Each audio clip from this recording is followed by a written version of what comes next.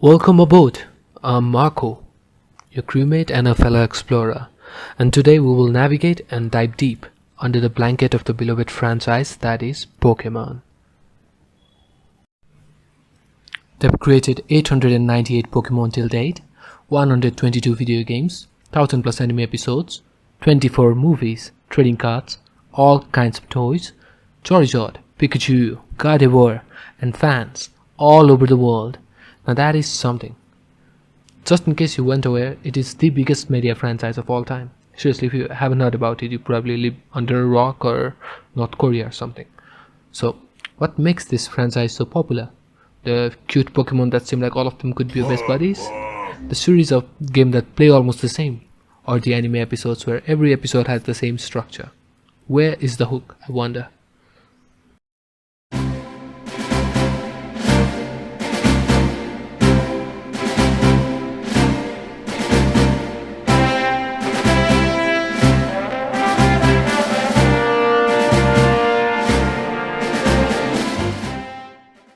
To find out where the hook is, let's dive deeper.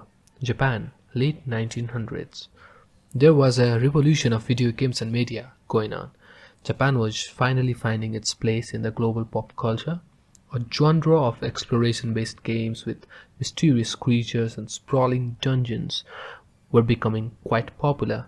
In 1986, Dragon Quest started. In 1987, the Megami Tensei series had begun. And not long after that, in 1996, Pokemon was officially launched, and a very similar Digimon was launched in 1997. This series of games are just to name a few, and they have fanbase across the world till this time. Not just video games, they have manga, television spin-offs, toys, gaming tournaments, and a lot more. Now let's learn about the man who created Pokemon, Satoshi Tajiri. 田尻さんは2つっていうのは何ですか？分かりやすく言うとゲームについては、特に80年代のゲーセンのゲームなんかは何年のどこの会社の何というゲームだって分かるぐらいの知識があるんですけれども、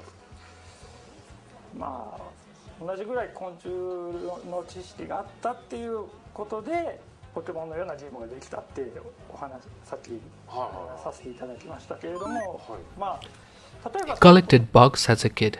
Growing up, he spent a lot of time in arcade, even skipping school. One of his favorites was Space Invaders. At the age of 17, he started Game Freak magazine with his friends, which was a magazine of tips, strategies, and hacks for games. He pitched the idea of Pokemon to Nintendo in 1990s. Initially, Pokemon was called Capsule Monsters because in Japan there were these popular vending machines where you could buy monster toys in a capsule, also known as Gachamons. After a ton of grueling initial work and a lot of dedication, Pokemon was ready to meet the world in 1996. At the time, Western media could not have conceived these games because they were focused on different aspects of entertainment. They were more involved in literature, movies, music, and TV shows. Something that would come very close is the Tolkienverse, which could have made such a game, but it did not gain worldwide popularity till after the movies. Tolkien's work and creatures have later inspired the very popular Warcraft franchise. All the modern dwarves, elves, and orcs can be credited to him. I digress. Japan, the nation has a rich spiritual culture. Anyone who has watched Ghibli movies knows about this. Japanese folklore talks about creatures of all shapes, forms, and sizes hiding within the world. Not just that. These creatures had wonderful powers, were mysterious, stories that would charm any kid. Kids are born explorers and are curious by nature, and as cities developed, many kids were cut short of this ability to explore the world. And in such time came Pokemon, a fascinating world full of cute, powerful, and mysterious creatures, stories, and legends in every corner. A world begging to be explored. Video games gave children a platform to explore, tapping the inner explorer in them, something very basic built within the kids' minds. And crewmates, that is the hook. Not just the game, the Pokemon TV series is all about exploration as well. I'm sure in the beginning, even for the creators of Pokemon, it was all about exploration and fun. Tajiri himself said in an interview, and I quote, "Everything I did as a kid is kind of rolled into one. That's what Pokemon is." As we grow up, exploration loses its charms. We grow weary and set in our own ways. Even Pokemon loses its magic. But there will always be more kids. Kids who would love to explore the worlds that we make.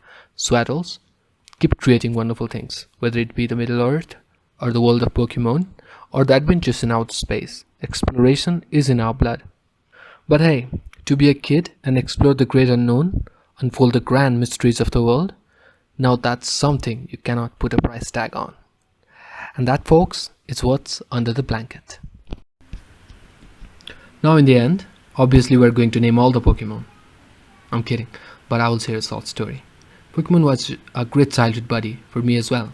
Sharing it with my friends, making pencil and paper style Dungeon and Dragon Pokemon game was one of the most memorable ways I used to pass time with my friends. Unfortunately, I do not have those drawing books anymore. I even used to make fake Pokemon and tell to my friends that they were real. I know, despicable. Anyway, thank you for watching the video and don't stop exploring.